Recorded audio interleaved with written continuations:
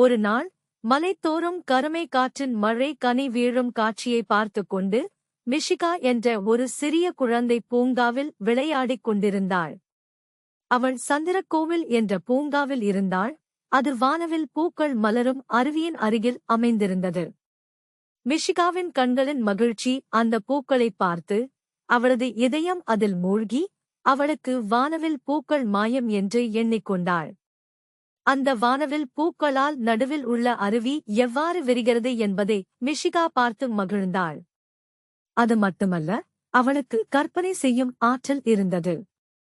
இவை வானவில் பூக்கள் என்பதால் அவள் கற்பனை செய்தால் அந்த பூக்களால் ஒரு கற்பனை தரிசனம் உருவாகும் என்பதை அவள் நினைத்தாள். மிஷிகா தினமும் அந்த பூங்காவில் வந்து வானவில் பூக்களை புல்லில் தேடி புதிய கற்பனைகளை உருவாக்கினாள். ஒரு நாள் அவள் அந்த பூக்கள் மாயம் என்று நினைத்து அவளது நண்பர்களுக்கு சொல்லச் செய்யப் போகிறது என்று தீர்மானித்தாள். அவள் அன்றைய நாள் சரண்யா, ஆதி மற்றும் சுரேஷ் ஆகிய பல நண்பர்களை அழைத்தாள்.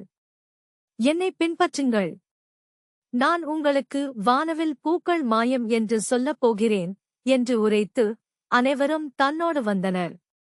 மிஷிகா அருவியில் செல்லும்போது பூக்களைப் பார்த்து, ஐயோ, உங்கள் கற்பனை என்னை மயக்கும் என்று கூறினாள். அந்த பூக்கள் டிஃபரண்டில் மலர்ந்திருந்தன. இந்த பூக்கள் பயன்படுத்தி நாங்கள் வானல் பறிக்கலாம் நிபந்தனை படிக்கிறார்கள்.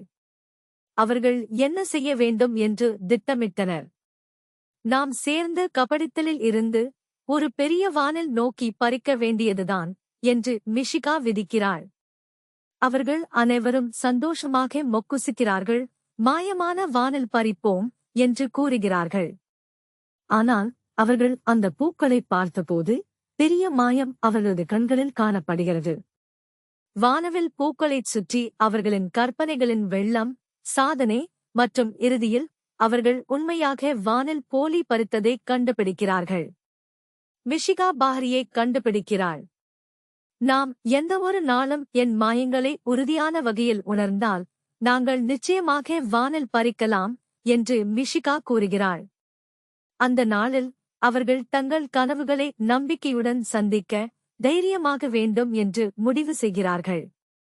வானவில் பூக்களைப் போலவே அவர்கள் உற்சாகமாகவும் உணவாகவும் வளர வேண்டும்.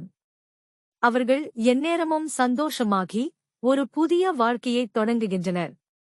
மிஷிகா அவர்களை ஜென்மிப்பதற்காக உள்ளே அந்த பூங்காவிற்கு திரும்புகிறாள் மற்றும் அவரது கற்பனைகள் என்னவாக மாறும் என்பதை மயக்கம் முறிக்கிறாள். ஒரு நாள் ஒரே ஒரு முயற்சியில் அந்த வானவில் பூக்கள் மறுமொழி அளிக்குமெனில் அவர்கள் கற்றுக்கொள்ளும் என்னவென்று அவர்கள் கற்பனை செய்கிறார்கள்.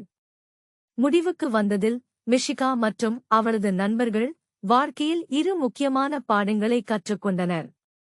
வானவில் பூக்கள் போல கற்பனைகள் மற்றும் கனவுகள் நம்மை பறிக்கச் செய்கின்றன, ஆனால் நாமே அவற்றை பிடிக்க வேண்டும் என்பதுதான் முக்கியம். அந்த வானவில் பூக்கள் மாயம் ஆகாது என்று மிஷிகா அறிந்தது. ஆனால் கொண்டாட்டம், மகிழ்ச்சி மற்றும் கனவுகள் சாதாரணமானது என்பதை உணர்ந்தாள். மிஷிகா மற்றும் அவளது நண்பர்கள் அந்த வானவில் பூக்களை நோக்கி பறித்து பல கனவுகளை உருவாக்கிக் கொண்டனர். இறுதியில் குழந்தைகளின் மனதில் ஒரு மகிழ்ச்சி பூங்கா உருவாகியது.